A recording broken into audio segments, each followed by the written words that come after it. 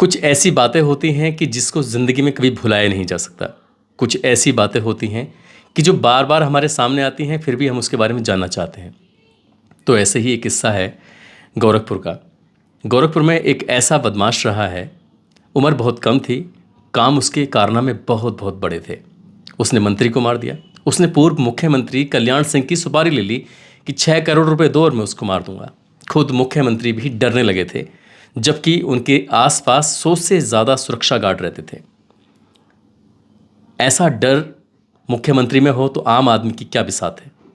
उसका जोर आम आदमियों में, आम लोगों में, व्यापारियों में, नेताओं में कितना रहा होगा, और उसका किस तरह से खात्मा होता है, किस तरह से वो 1 या 2 गोली में ढेर हो जाता है। उसी किस्से पे आते हैं। सर, आपका बहुत बहुत स्वागत है। बहुत शुक्रिया उस्मान भाई, बहुत बहुत शुक्रिया। आप लखनऊ तक आए, यहाँ आए, और बहुत अच्छा लगा आपसे मिलके। आप भी अपराध की घटनाएं ढूंढ के सुनाते हैं, लोगों को जागरूक करते हैं, जागृत करते हैं। कई कहानी तो मैं आपकी सुना देता हूँ। हाँ, कोई नहीं, सुनाते। देखिए, हमारा पर्पज़ ये है कि लोग एजुकेट हों, क्राइम से बचने के लिए उनके अंदर समझ डेवलप हो, क्राइम से बचाव के लिए क्या लीगल रेमेडीज़ हैं, क्या उनको करना चाहिए, क्या सावधानी बरतनी चाहिए। ये सब जब एक एक आदमी इसका बीड़ा उठा लेगा तो हम अपने आप क्राइम फ्री हो जाएंगे। ये है हमारा पर्पस। जो मैं करता हूँ वही तुम भी कर रहे हो, तो कोई उसमें अंतर नहीं है। आप जिसका जिक्र कर रहे हैं, श्री प्रकाश शुक्ला का, वो गोरखपुर का रहने वाला मामखोर एक गांव है। यंग लड़का था, शुरुआत से ही वो थोड़ा मनबड़ था, लोगों को मार देना, पीट देना, इस तरह से उसका वो था। और धीरे धीरे अपराध में वो ऐसा उठा और ऐसी तेज़ी पकड़ी, गोरखपुर से वो लखनऊ आ गया। लखनऊ में एक से एक, दिलीप होटल में सवेरे 10 बजे ही AK-47 से इतनी गोलियां चलाईं जिसको टारगेट में रखा था, और सभी को उसमें गोलियां लगीं। एक आदमी मर गया। वीरेन शाही को उसने दिन में 11 बजे इंदिरा नगर में एक स्कूल के सामने मार दिया। वीरेन शाही और हरशंकर तिवारी की जो राइवलरी है वो किसी से छिपी नहीं है, और सब लोग जानते हैं कि कितने बड़े राइवल हैं। उसमें उसने वीरेन शाही को मार दिया। तो ऐसा लगा कि ये अजय हो जाएगा, और यही वजह है कि मतलब उसकी इतनी हिम्मत पड़ गई कि वो माननीय मुख्यमंत्री श्री कल्याण सिंह पर भी दांव लगाने से बाज नहीं आया।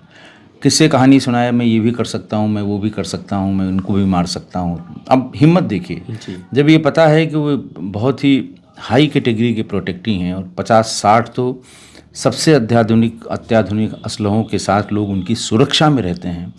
ऐसे में ये सोच भी लेना, करने की तो बात ही अलग है, सोच भी लेना कि हम ऐसा कर देंगे, तो ये वो उसकी पराकाष्ठा थी।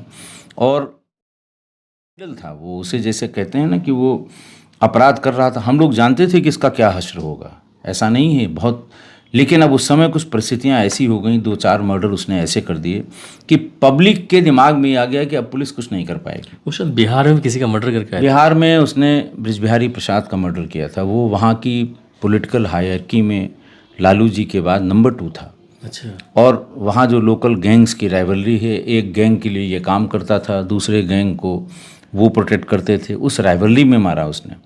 वही 4-6 ऐसा किया कि लोगों को ऐसा लगने लगा कि साहब ये तो अजय हो गया। सर, ये भी बात है कि 500 से ज़्यादा गोली मारता था, ऐसा कुछ था क्या? देखिए, उसका जो पर्पस था, जो वो जगह जगह कहता था या लोगों को धमकाता था, वो यही कहता था कि काम तो एक ही गोली में हो जाता है, लेकिन इतनी गोलियां मारूंगा, और तमाम गालियों से, शब्दों से नवाजा करता था। और वो 10-20 गोलियां तो बिना बात के मारता, ताकि उसका भय हो, इस भय से वो उगाही कर सके, इस भय से वो लोगों से मनचाही रकम ले सके। और यही किया, यही करने के लिए वो करता था। हम सब लोग उसका फेट जानते थे कि क्या होगा, 100% जानते थे कि इसका जो होना है वही होगा। लेकिन कुछ दिनों के लिए, 4-6, 10-15 दिनों के लिए, 4-6 महीने के लिए, वो तो ऐसा लग रहा था कि अब ये मुश्किल हो रहा है। मोबाइल फ़ोन बस आए थे, पब्लिक के पास मोबाइल फ़ोन नहीं आए थे। बहुत महंगा था उस समय 98 में। 27 रुपये पर मिनट आउटगोइंग कॉल थी, और 10 रुपये पर मिनट इनकमिंग कॉल थी। आने के पैसे, हाँ, जाने के पैसे। ये तो अब आपको हर एक हाथों में मोबाइल दिखाई देता है, उस समय बड़ा लग्जरी था ये। बहुत जिसको स्टेटस सिंबल था, लोग मोबाइल हाथ में लेके चलते थे। कम्युनिकेशन के बहुत साधन नहीं थे। सीसीटीवी, बहुत बड़े दुकानें हैं, बड़े सर्राफ हैं, तो वो अपने कैश को चेक करने के लिए सीसीटीवी लगवाते थे। चौराहों पे सीसीटीवी, हमें नहीं लगता उस समय तक सीसीटीवी की फुटेज से कोई अपराध खुला हो, थे ही नहीं। महंगे महंगे सीसीटीवी आते थे, 50-50 हज़ार का एक कैमरा आता था, 60-60 हज़ार का। अब आपको 10,000 रुपये में मारे मारे फिर रहे हैं। हर आदमी ने अपने यहाँ लगवा लिया है, छोटा बड़ा कोई भी हो, सबने लगवा लिया। तो इस तरह से ये उस ज़माने में इसने जब इतना थोड़े दिन के लिए उसने उफान मारा, उबाल मारा, तो इसी को न्यूट्रलाइज करने के लिए एसटीएफ का गठन किया गया। अजय राज शर्मा साहब को बुलाया गया, उनसे कहा गया कि एक यूनिट बनाइए जो सिर्फ यही काम करे, क्योंकि हम लोग उस समय जिलों में तैनात थे। अरुण कुमार साहब एसएसपी थे लखनऊ में, मैं सीओ हजरतगंज था, सत्येंद्रवीर सिंह साहब एसपी सिटी थे, और हम लोग जूझ रहे थे कि जहाँ जहाँ ये क्राइम करता है वहाँ से जाके रिकॉर्ड ले आइए, क्राइम करने का पता करिए, कैसे चलता है, कैसे रहता है, कौन नेक्स्ट टारगेट हो सकता है, पिछले अपराध में इसने किस तरह से डील की है, किस तरह पैसे लिए हैं, मोडस ऑपरेंडी पता करके उसी में फंसाने की कोशिश की जाती है। तो हम सब लोग जिलों में थे, तो सरकार ने, कल्याण सिंह जी ने विशेष रूप से, कि एक आप यूनिट ऐसी बनाइए जो सिर्फ इस तरह के क्राइम देखे, सिर्फ इसको देखे फ़िलहाल, क्योंकि पब्लिक में भय बन गया था कुछ नहीं, लेकिन भय बन गया था, और बहुत भय बन गया था। तो पब्लिक के साथ मुख्यमंत्री में भी भय बन गया था। हाँ, अब देखिए ऐसा है ना, भय तो किसी को भी परेशान कर सकता है। सही बात है। और कोई ये कहे कि नहीं मुझे डर नहीं लगता, हाँ डर नहीं लगता, झूठ बोलता है। है। देखिए, मौत से डर सबको लगता है। है। तो इसलिए एसटीएफ का गठन ही इसी के लिए किया गया।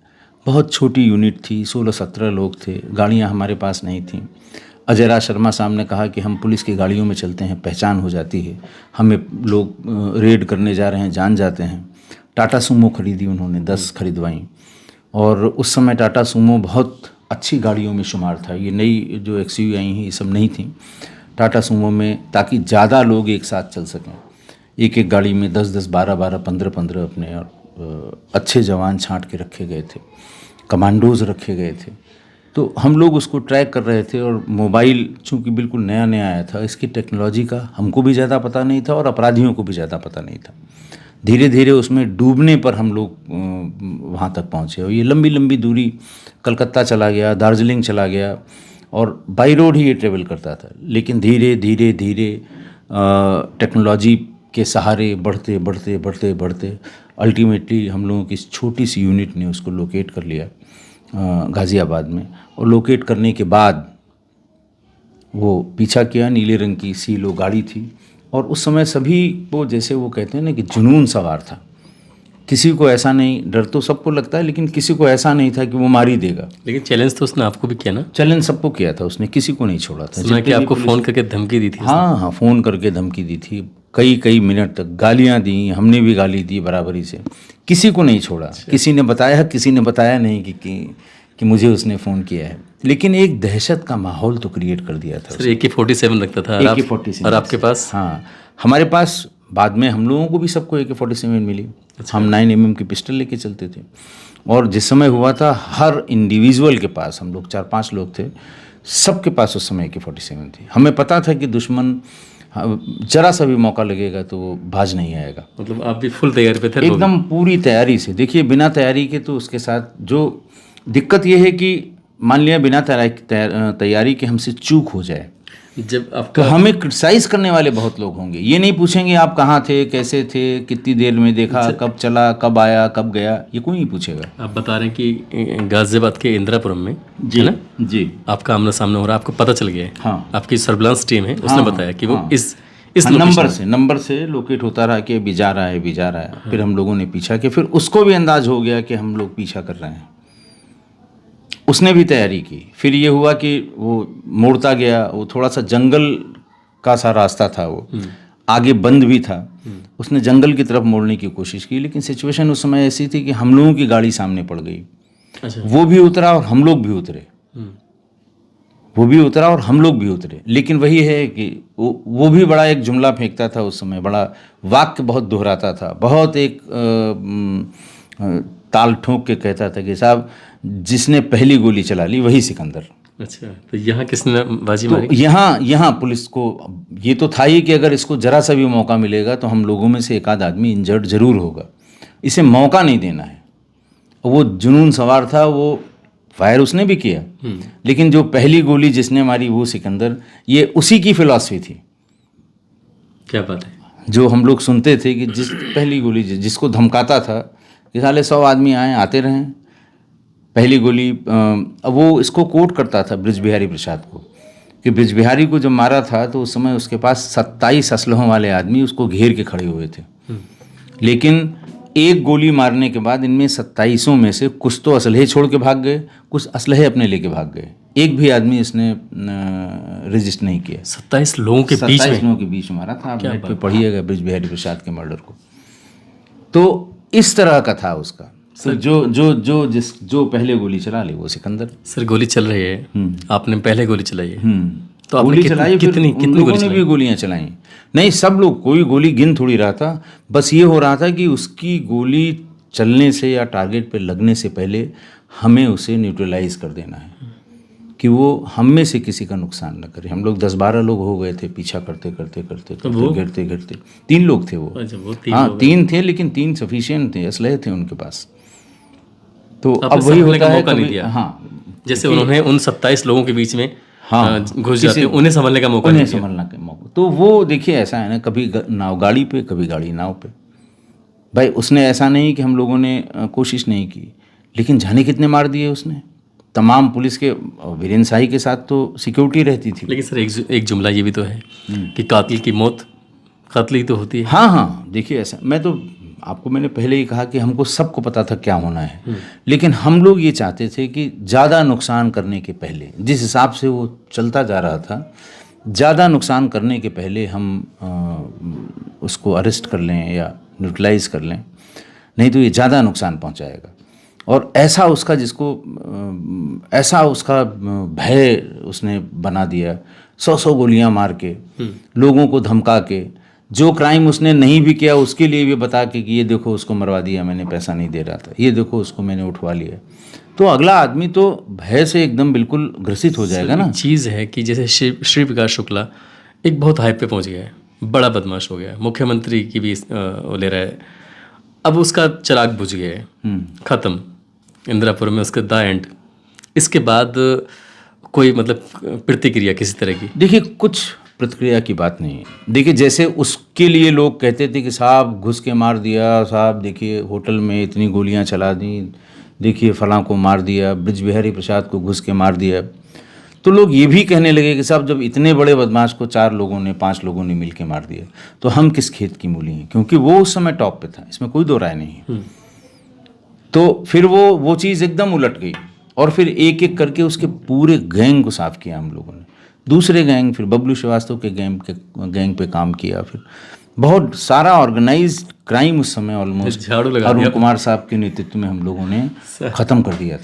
तो सर कभी ऐसा नहीं हुआ जैसे कभी आप फ्यूचर में किसी ने धमकाया हो बाद में कि अच्छा तुमने हमारे साथी को मारा है, नहीं आप समझ जाइए पांडे जी, अब हम आपको छोड़ेंगे नहीं? नहीं, देखिए ऐसा इसलिए नहीं है ना कि जो लोग धमका सकते हैं या जो लोग कह सकते हैं वो ये भी जानते हैं कि वो कितना बड़ा क्रिमिनल था, और पुलिस का काम ही यही है भाई। अगर हम या तो छूट दे दें तो त्राही त्राही करने लगेगी पब्लिक, जिसके लिए हम काम कर रहे हैं, जिसके लिए हम वर्दी पहने हैं। वैसे सर एक बात कहूँ, पुलिस से बड़ा कोई गुंडा हो ही नहीं सकता।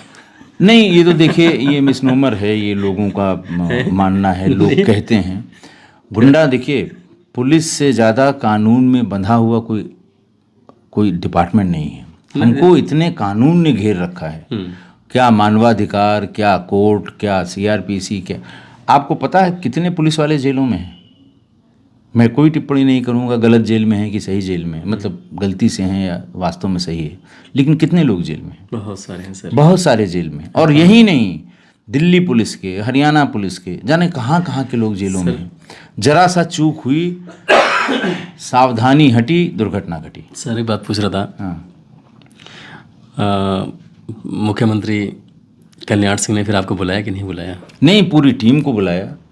आपकी व्यक्तिगत क्या बात है? असेंबली, देखिए असेंबली के भीतर उन्होंने जैसे ही मारा गया, एक दिन की असेंबली चल रही थी, बीच में कार्रवाई को रोका और ये कहा कि सदन को मैं ज़रूरी सूचना देना चाहता हूँ। और फिर उन्होंने कहा कि हमारी पुलिस ने और इस बड़े आतताई का अंत कर दिया, उसके सभी साथियों का अंत कर दिया। पूरी विधानसभा के सदस्य पैरों पे खड़े हुए, तालियां बजाईं और उन्होंने वहीं डिक्लेयर किया उस ज़माने में 98 में कि हम टीम के प्रत्येक व्यक्ति को 1 लाख रुपए नगद पुरस्कार देंगे। क्या बात है? और प्रत्येक को हम आउट ऑफ टर्न प्रमोशन देंगे। हालांकि गस्टेड अफसर्स का आउट ऑफ टर्न प्रमोशन नहीं होता है, लेकिन नॉन गस्टेड्स को सबको उन्होंने 15 दिन के भीतर, जो सिपाही थे वो हेड कांस्टेबल हो गए, जो हेड कांस्टेबल थे वो सब इंस्पेक्टर हो गए, जो सब इंस्पेक्टर थे वो इंस्पेक्टर हो गए, सबका प्रमोशन भी किया। और बुला के फिर एक समारोह करके मुख्यमंत्री आवास पे 1-1 लाख रुपए नगद भी दिया उन्होंने और शाबाशी दी। तो आप समझ सकते हैं, देखिए प्रदेश का मुख्यमंत्री है और एक क्रिमिनल की वजह से बिल्कुल जैसे कहते हैं हाहाकार मचा हुआ है, तो उनकी भी तो जिम्मेदारी थी। बड़ी और बात यह है कि अगर मुख्यमंत्री ही सेफ नहीं तो आम आदमी की सुरक्षा की क्या? देखिए ऐसा है ना कि ये मुख्यमंत्री रहते हुए या मुख्यमंत्री की हैसियत से उन्होंने कभी ये नहीं कहा कि मुझे मारने की धमकी मिली थी, कभी नहीं कहा उन्होंने। ये हम लोग जानते हैं कि वो कहाँ कहाँ उछल रहा था, कहाँ कहाँ कूद रहा था, कहाँ कहाँ ये गाल बजा रहा था अपनी, कहाँ कहाँ वो हल्ला मचा रहा था।